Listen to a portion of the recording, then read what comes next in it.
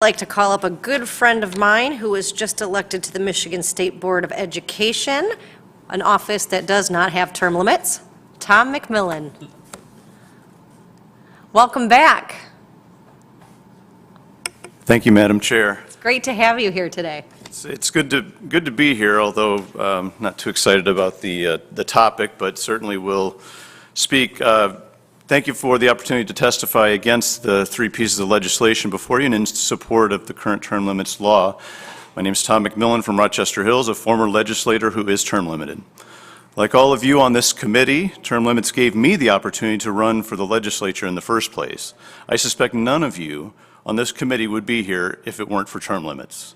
Before term limits, I would have thought it pretty untenable even to challenge an entrenched legislative incumbent, since incumbents enjoyed a 97% re-election rate.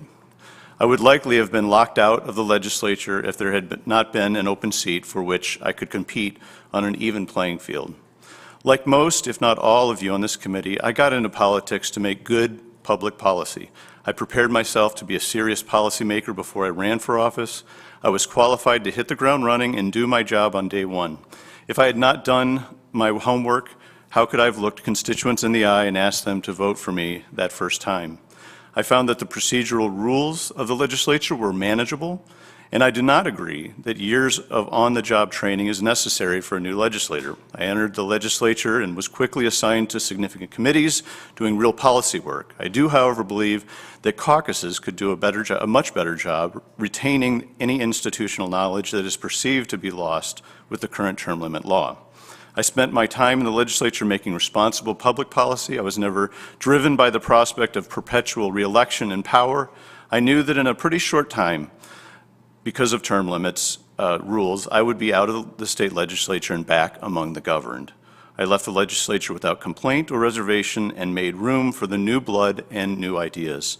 Removing or significantly extending term limits will mean there will be more opportunities to develop the power brokers in the legislature of yesteryear. Make no mistake, that is why most lobbyists don't like the current term limit laws. They want long-term power brokers in the legislature where they will have more influence. They want the ability to create or fill up the swamp. And so I implore you, don't touch term limits. Thank you. Thank you. We do have one question for you. Representative Lloyd-Hoiser. Thank you, Rep, and congratulations. When you say significantly extend, do you think Rep. McBroom's proposal with the combination of years is excessive? Yes, I do. I mean, I don't think it should be extended at all. Okay. I guess it's a rhetorical question. Had you been in the minority for 6 years, would you have had regrets having left at that point? Again, it's a rhetorical question, obviously, but I guess I'm wondering, do you see any merit to extension of a modest amount? No, I don't. Okay, thank you. Can I expand upon that briefly? Currently, legislative, one could serve 6 years in the House, 8 years in the Senate.